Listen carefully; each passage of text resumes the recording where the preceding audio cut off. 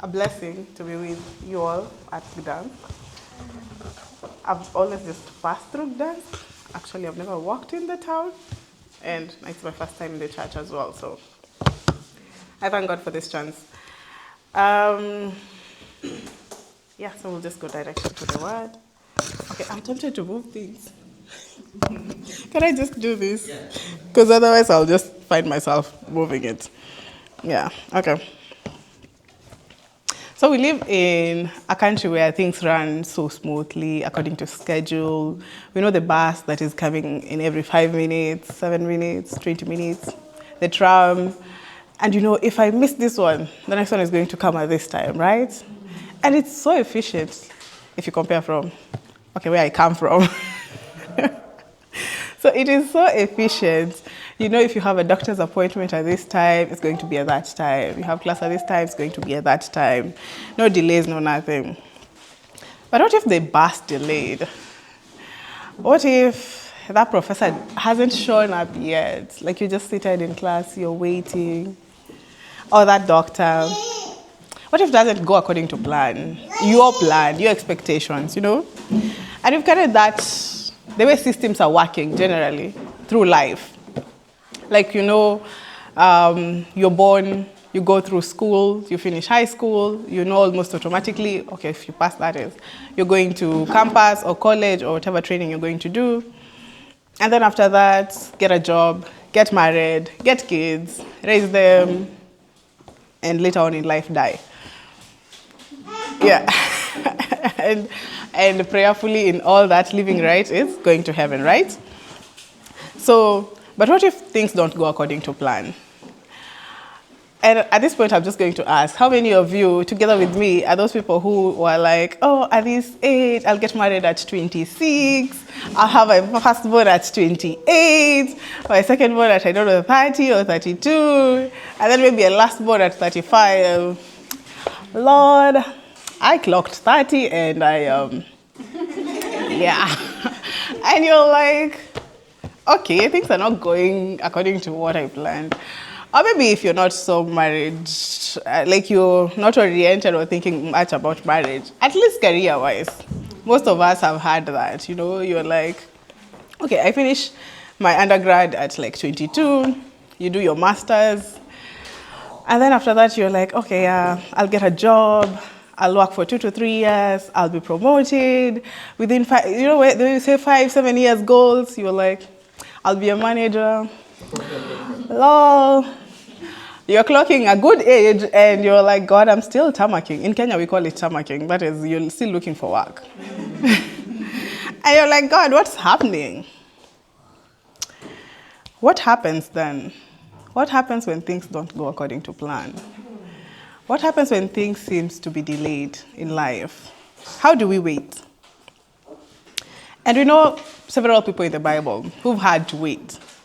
And I actually, at this point, I'm going to engage you. And I want to apologize at this point for my voice because I have a cold. So, yeah, it might not be that clear, but I hope you can still get me.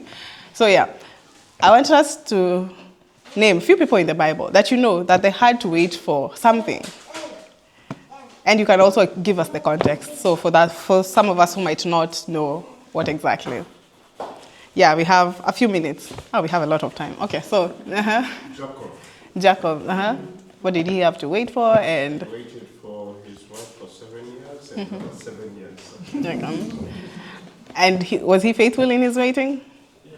Yeah. So you have Jacob. At least he was faithful in his waiting. Another example, yeah. Hannah. Yeah, Hannah had to wait to get a child, and it took a long time, but finally she did, and she also waited faithfully. Another example? No, you're good Bible scholars. Sorry? I think Job as well, because he might not have waited as such, but he went through a difficulty, and he had to wait for that whole process to come to an end, and then get his life restored again. That's good. I've actually never looked at it as that. Yeah, he actually had to wait for the whole thing to pass. So yeah, that's a good one. Behind you and then behind you. Sorry, I don't know your names.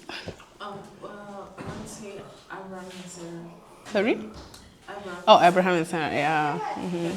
They had to wait for a baby, can I say? Yeah. They tried to wait. They tried to wait. Yeah. became a little impatient, but eventually they got what they were waiting for. Okay, so you have Abraham and Sarah. They had to wait for a child. At some points, they were human. Yeah. I actually relate with them, so yeah. Next. Samson. He had to wait for his hair to grow. Oh. Actually, because it doesn't grow overnight. He had to wait for it to grow back. Yeah, those are some nice, interesting examples. Sorry, yeah. Mm-hmm.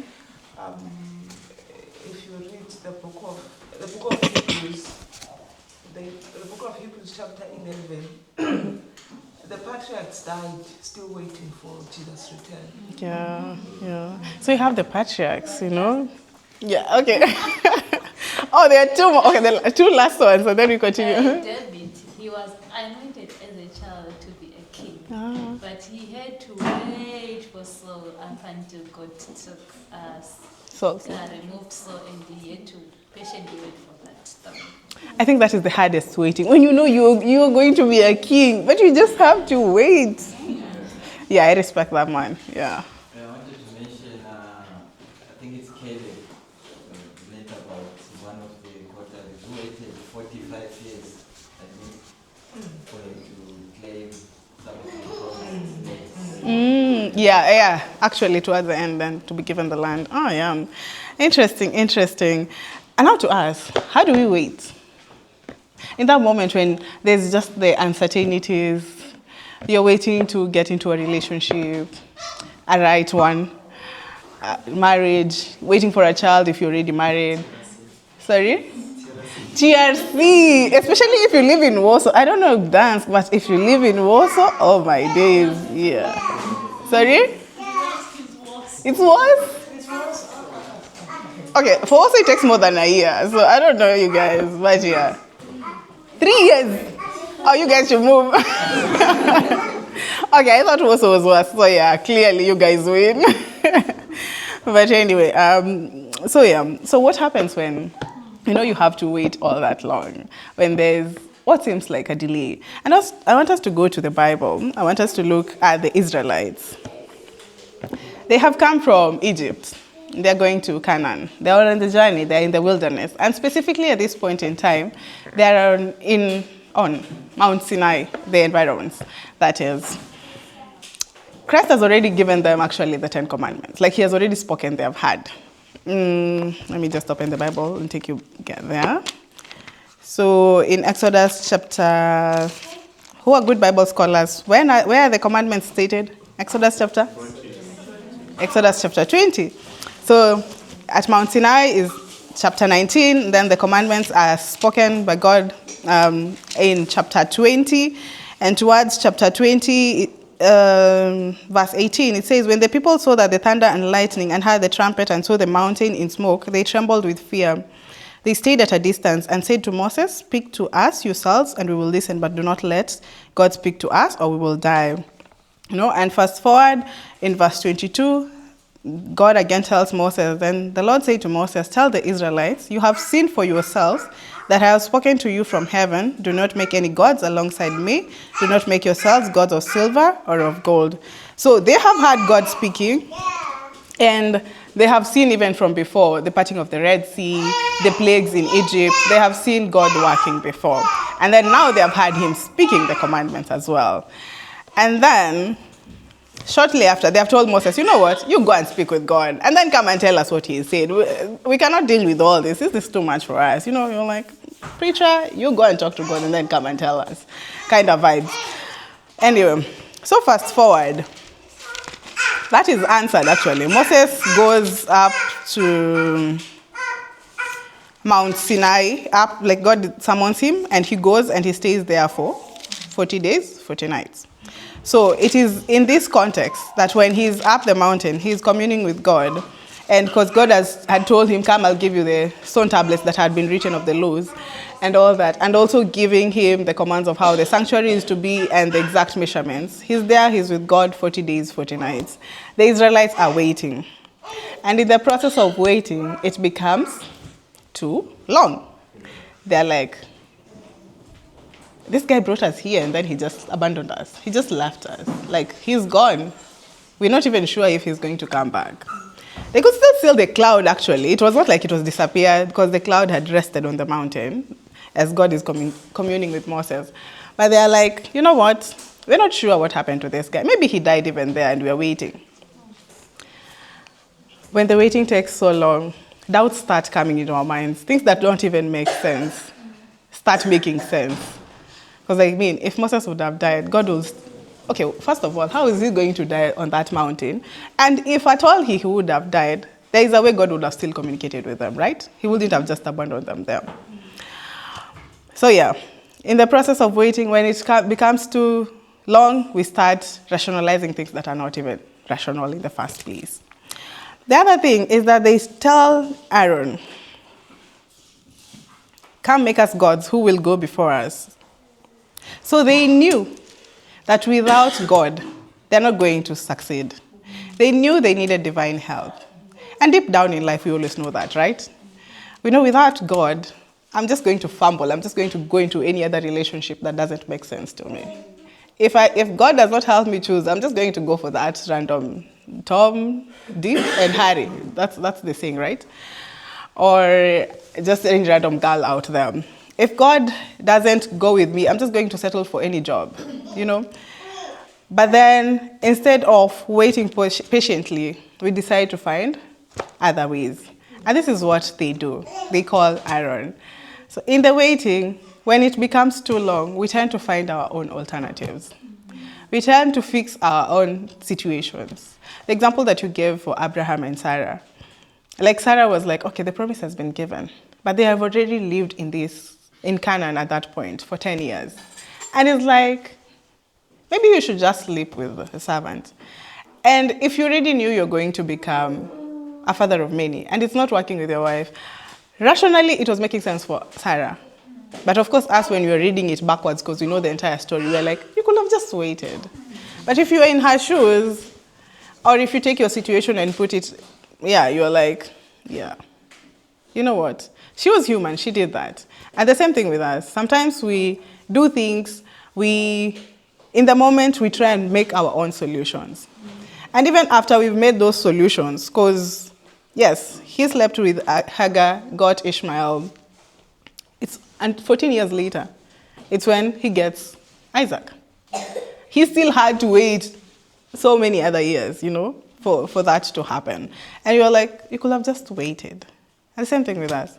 Sometimes we go and make our own solutions, and then we still have to wait for that which was meant to happen. And it derails us along the way. But I want us to look also at one other person in this context, Aaron. Aaron was their leader. Do you have a question? What was he thinking? Do you have a question? Why did he accept? The leaders in church, the people say we want to do this. Do you stand for what is supposed to be done, or do you follow what the people want to do? If it were you, the church says, we want to, let me see an example that I can bring to the church. Oh, I don't know. Let me say the music. We want to sing all different music that we know as a church, they don't sit as well with us. As a leader, are you going to permit it in church? Music leader, who's the music leader? Are you going to permit it in church? Or are you going to stand and say no? You know? Sometimes we are given positions of leadership, but then we tend to condone things. We tend to let the way of the people win. But then again, I don't want to fault Aaron himself. Of course, he has his faults, and he shouldn't have done that. But I'm also looking at the context of, let's ask ourselves, these Israelites themselves, how did they get to this point? You've seen all these miracles that have happened before. How do you get to a point of giving up on God when it looks as if it's taking too long? And that takes us to the context of who they were surrounding themselves with. There's a mixed multitude. There is the Israelites. there is a mixed multitude. There is the Israelites with the people that they left when they were leaving Egypt. They left with some of the Egyptians. Some of these Egyptians had not truly converted. They just left because of fear. They had seen what can happen, and they said, you know what, we are leaving before we die. And now they're with these people. And these people, because they used to worship gods, the calves and all that, they influence the Israelites. And we are told from inspiration that some tried to, and I'll read directly. The mixed multitude had been the first to indulge murmuring and impatient, and they were the leaders in the apostasy that followed. Among the objects regarded by the Egyptians as symbols of deity was the ox or the calf. So you know, this is what they used to engage in. This is what they used to do. And if you're with someone whose lifestyle used to be of the world, if they have not truly renounced that, they are going to influence you back to that lifestyle. If, for example, I used to sleep around, example, for the record. So yeah, if, for example, I used to sleep around, maybe got pregnant, and abortion was just another thing that we'll just do and life goes by.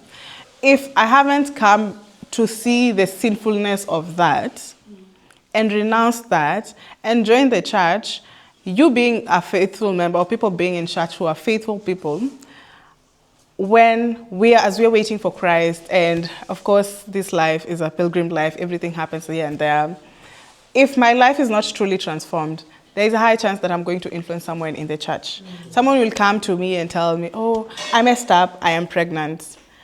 And the first thing will be, you know, there's also an option of aborting. Like, there's pro-life and pro-choice and all that.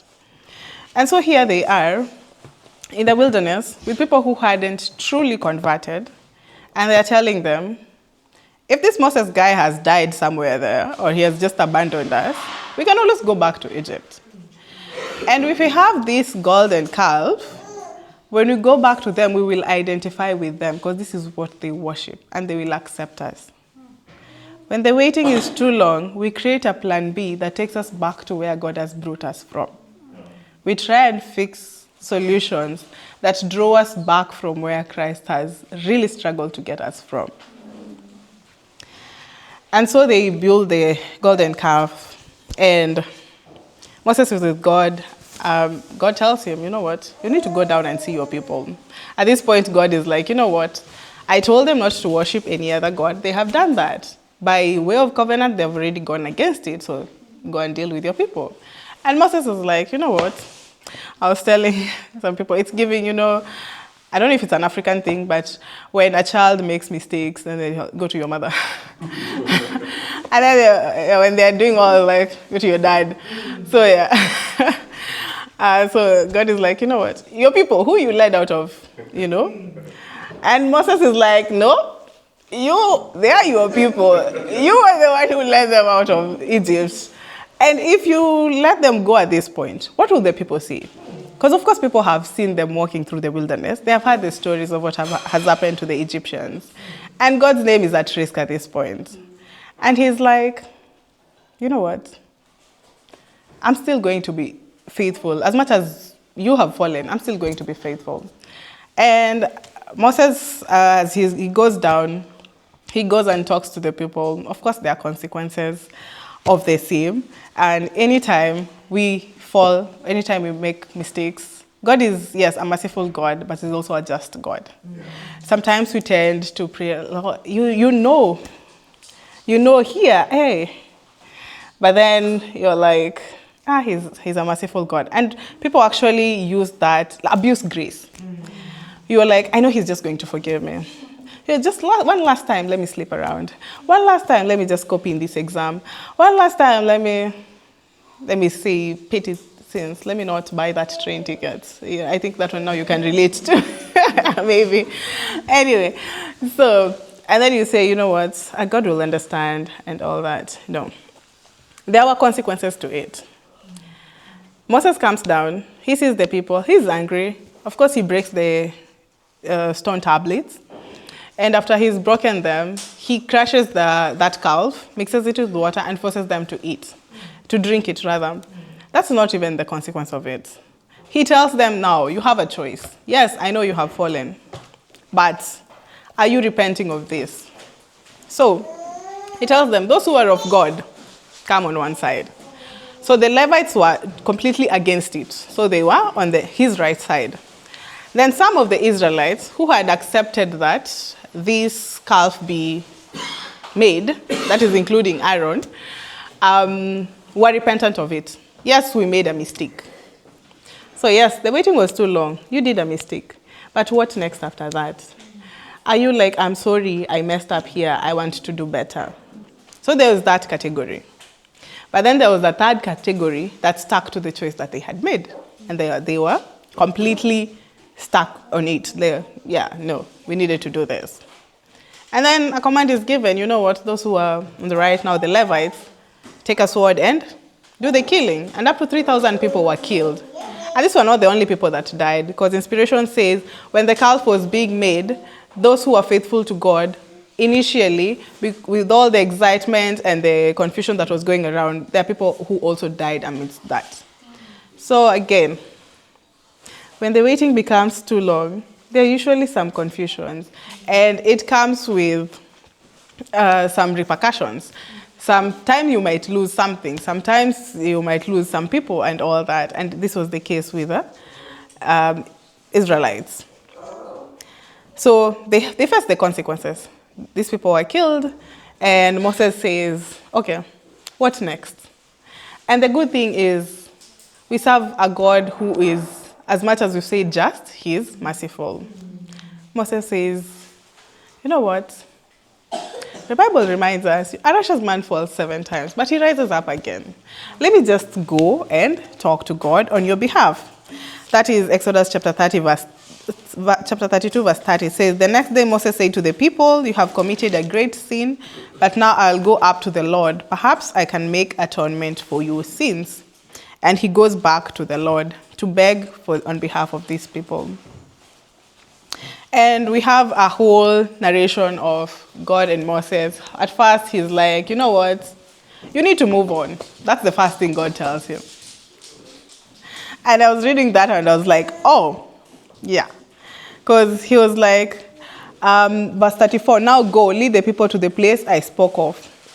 He's like, you need to move from this place. You need to move from that situation. Yes, you fell at this point, but you need to move on. You need to do better.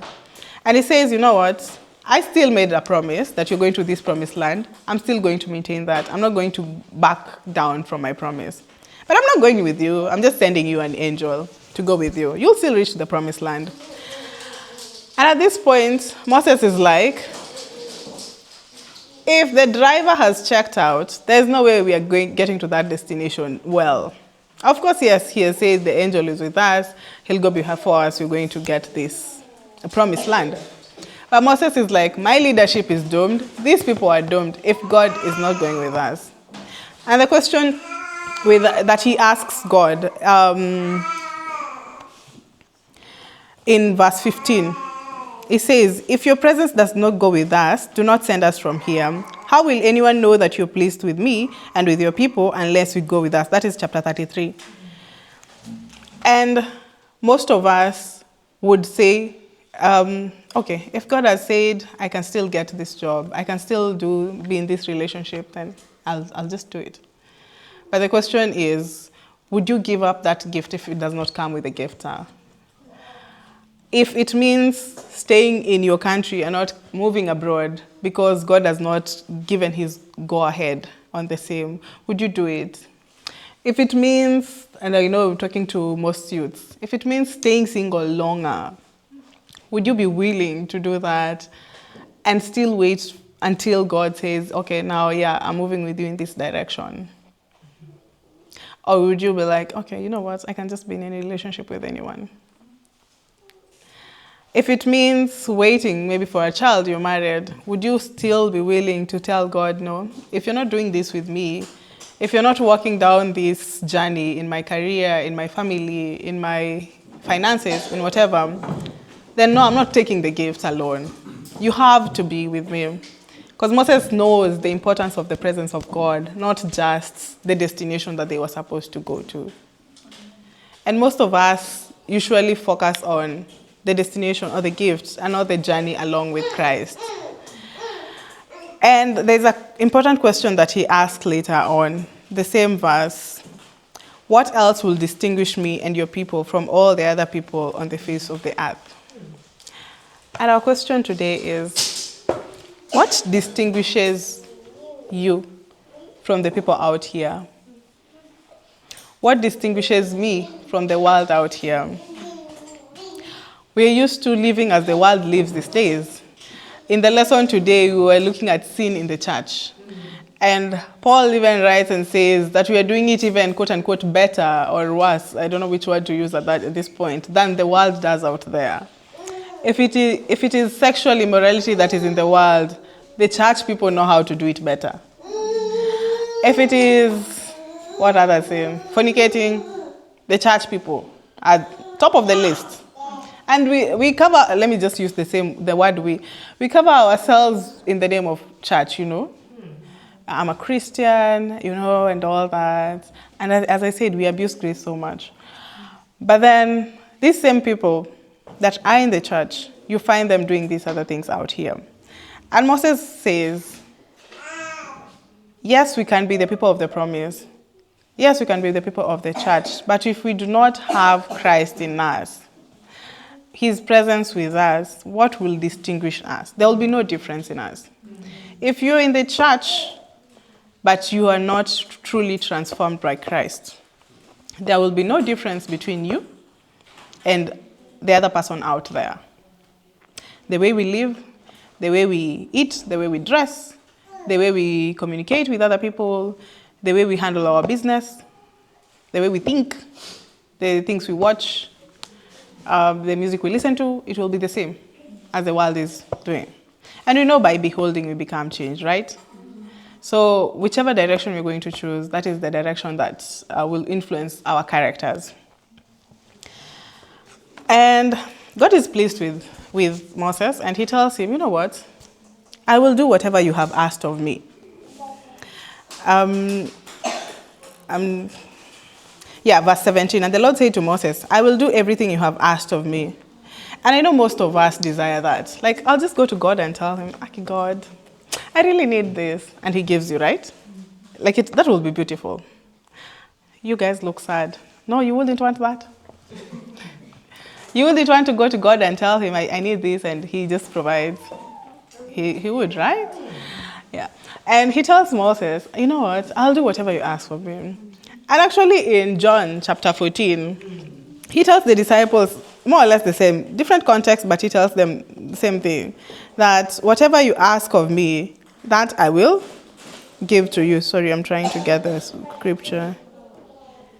John chapter 14, verse 13, it says, and I will do whatever you ask in my name, so that the Father may be glorified. You may ask for me of anything in my name, and I will do it. But here is the caveat. When you read James chapter 4, 2 and 3, it says, when we ask, you don't receive. Because you ask with wrong motives, right? That you may spend what you get on pleasures. And so God is telling Moses, I'm going to give you whatever you ask, but he gives him because of two things. One, I am pleased with you. And two, because he knows him by name. Our question today, is God pleased with you? Is God pleased with me? Is God pleased with how I handle myself, how I do things, how I interact with people, the choices that I'm making in life? Is God pleased with me? And he says he knows him by name. And name relates to character. He's telling Moses, I know your character. I mean, he's just from even begging on behalf of these people. Like, you know what? If you're not going to have mercy on these people, then blot my name out. So that is who Moses was. And James says, you do not receive because you ask with wrong motives. God knows us. He knows our characters. So what character do you have that God can say, you know what? I know you by name. I'm pleased with you. So that when he says the promise that whatever you ask of him, you're going to get. You can boldly approach the throne of grace and ask according to his will, and it's going to be done for you. Or does he know, if I give brother so-and-so this car, he's just going to be carrying babes around. Today he's with this babe, tomorrow with this one, he's changing this and this. Or he knows if I grant this son this car, he's going to use it faithfully to serve me and the church. If I give you this house, it's going to be used again for the blessing of the people in the church or the community, or it will just be a blessing to others, not for yourself. But then God is like, you know what?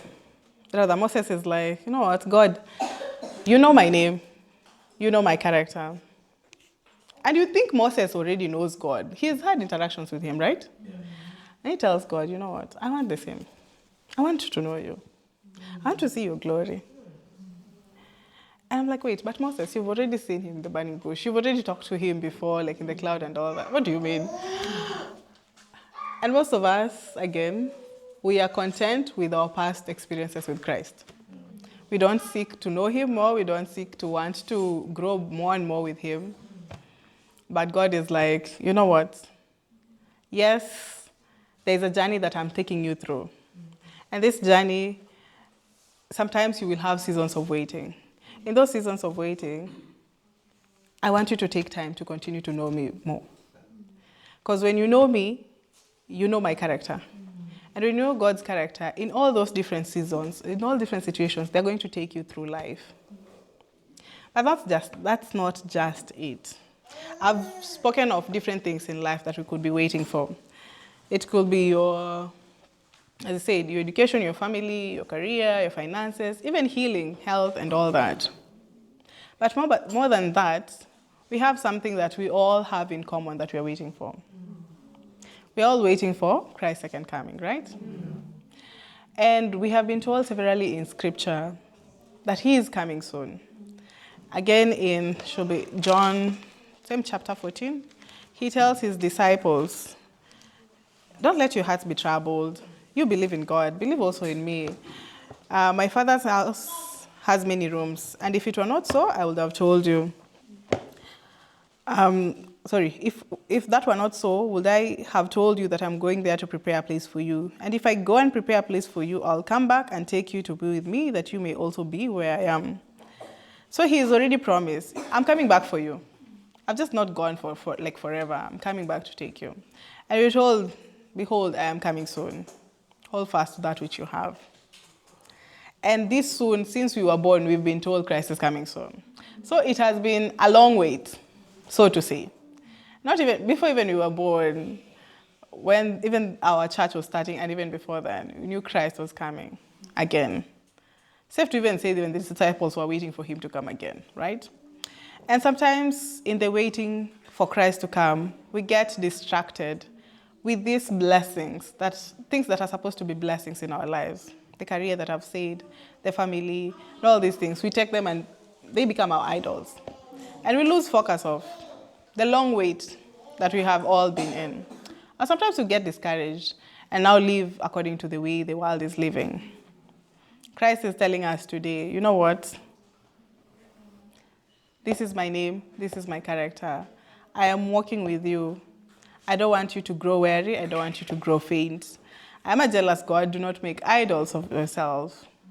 And he's not waiting for us at the finish line just to take us to heaven. He's a faithful God. He's going to walk with us.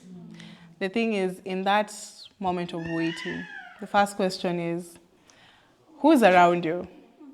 Who's your influence? Do you have the mixed multitude that is not truly converted? Who is speaking to you? As the leaders, are you willing to stand for that which is right for God? Or would you choose what the world desires just to follow it? And in the long waiting is to trust the heart of God.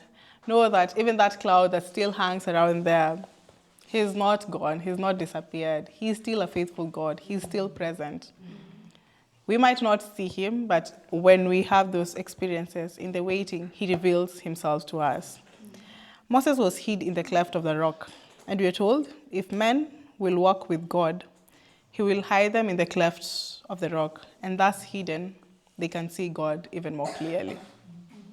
So when life brings us the trials, the tribulations, and we may falter as we walk, as we wait for his second coming, but he's telling us, I'm going to hide you in the cleft of the rock.